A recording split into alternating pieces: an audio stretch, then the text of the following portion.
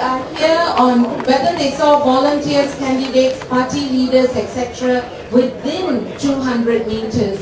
Again, 94% said no, but the lot that said yes, when we went further down to look at what happened, they gave various responses. That they saw candidates looking stressed, poor candidates. They saw candidates observing the process, talking to polling agents, handing out lunch packets to the polling agents, and talking to election officials. And in one particular case, this was a minister, he was escorted immediately past the whole queue right up to the ballot area to cast his vote. So this respondent was asking, is that fair, right? So this was what they saw. Next question, please. On question 6, were there any campaign materials? It is good. Majority, 99.6%, so that's good and clean. Did not see any campaign materials inside the polling station. And this even covers insignia badges, PAP badges, Workers' Party badges, all that. 99.6% who responded said they did not see any of these. Next, please. On this question on question 5, never mind, it is interesting. We asked folks whether they were given a ballot paper that was white or otherwise, right? Because we were told that if your status is a little bit less stable, then they will give you a different colored paper as a signifier that perhaps you discount the vote. That's one way of dealing with various, with some folks who may not be really that stable. But majority said that their paper was white. But because we asked the question, suddenly the specificities were so clear. No, it's a grayish white, it's beige, it's off-white. Also to see how respondents take part in this. The next question, the next one that we asked was question 7. Were there any volunteers from any political party inside the polling station? The most of them, 84%, said no.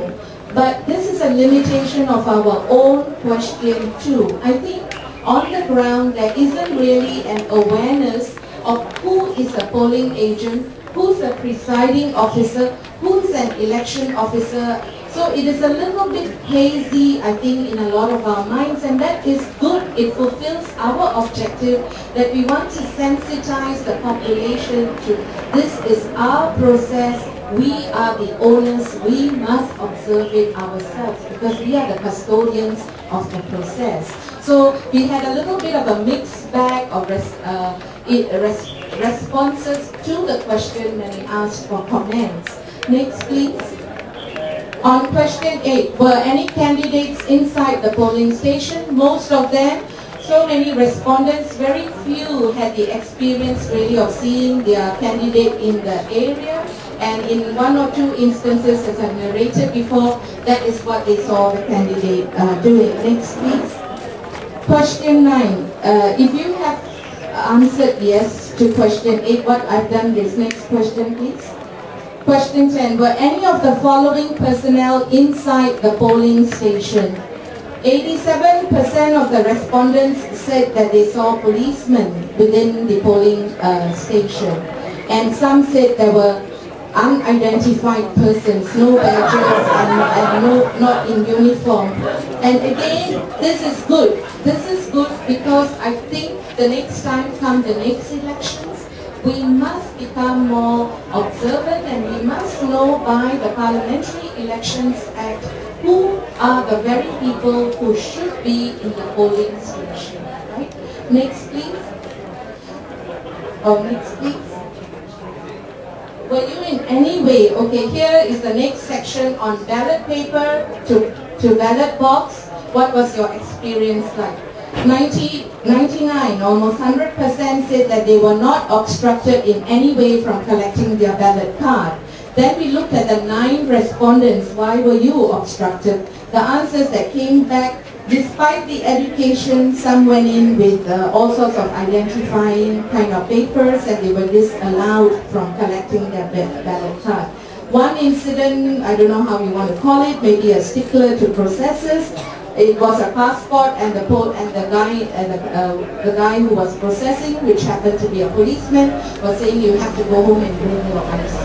So it's like, isn't a passport also part of your identity marker? So we have some funny things going on the ground. The next question, please.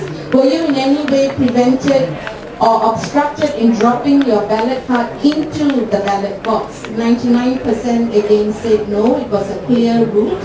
But the next question was interesting. Were you directed to a certain prescribed ballot box to drop your ballot paper? This is where you see the variance in terms of response. 55% said yes, and 43% said no. Then when you go in and look at their comments, many made comments along these lines, that they have a ballot paper A3, they want to drop into A1, they are told you cannot drop into A1, you must go and drop it only in ballot box A3. And in other cases, there's a very clear direct route that election officials guide you. This is where you vote, this is where you drop. So some consider it prescribing, and one guy called it really fantastic word, micro-zoning. He called this micro-zoning, and I love that word and I'm going to use it over and over again.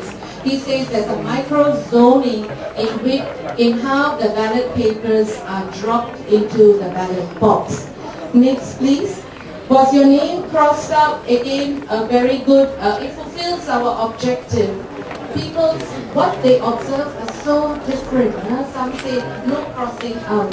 Some say yes. Some say it's so small I can't even see what they are doing, and all the rest. So we are not really attuned to a process that is very important in our lives. It's going to become even more important.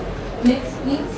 Was the ballot paper stamped? I also think this is a faulty question on our part, because I don't think they stamped, they did the crossing out. So it's a limitation from our side. Next, please. Did you know how to put your cross on the ballot card? 98.5% said yes. Then I'm like, oh, who are the 17% who didn't know how to put the cross? They were kind Singaporeans actually. In their comments, they were talking about other groups that they were felt they are not in a clear zone. They discussed the disabled, that different things were happening when the disabled and the elderly are concerned.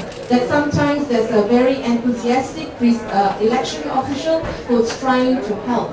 Where does the line begin and where does it stop when it comes to this help, when it means putting the cross on your ballot paper? By Parliamentary Elections Act, there's only a provision for the election official to help the visually handicapped. We, Marua, we have written a letter to the election department when we found this out, and we too didn't know, to say we are a rich country, we don't have 10,000 political parties, why can't we do our ballot paper in Braille?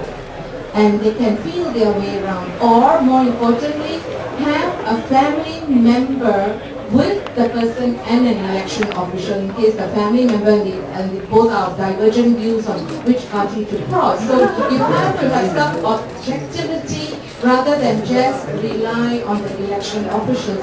We are not saying that the election officials have subjective approaches, but this is all about accountability. Next, please.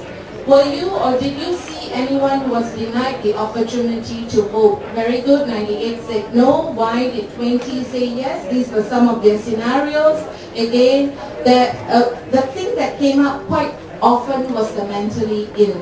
That there were folks who didn't know what to do with the ballot paper. They stared at the ballot paper and nobody really knew what to do with this.